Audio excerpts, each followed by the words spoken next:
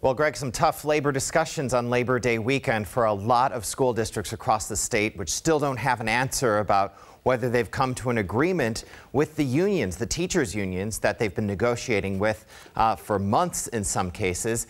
As we head into the weekend, I just want to show you what some of the biggest school districts across Western Washington are doing as we head into the first day of school. These are some of the districts in our area that have reached an agreement. Kent, Everett, Federal Way, Olympia, Bellevue, Lake Washington, North Shore, and Edmonds. They're good to go, and the start of school is on time for these districts.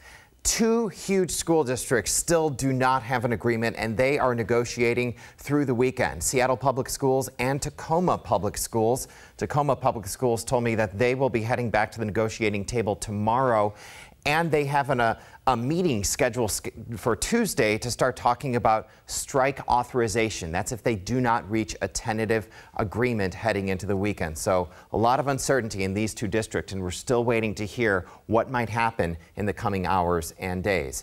There are some districts we're watching where there could be a strike in the coming days. They include, as we mentioned, Seattle Public Schools, Arlington, Puyallup, Tukwila, and Monroe. All of these districts, the unions there have met, and they've said, hey, if we do not have a tentative labor agreement before the first day of school, we will go on strike. And of course, Seattle Public Schools, that would have a huge impact on thousands of families all throughout the area. The Seattle Public Schools put out a statement, this information for parents. They say, we have every reason to believe that the team will reach a tentative agreement this weekend and that school will begin on September 5th. They say if a strike seems likely or is called by the Seattle Education Association, the district will immediately alert families. They say if families don't hear from the district, it means that negotiations are continuing to progress. But the district there, kind of an optimistic tone when you talk to them.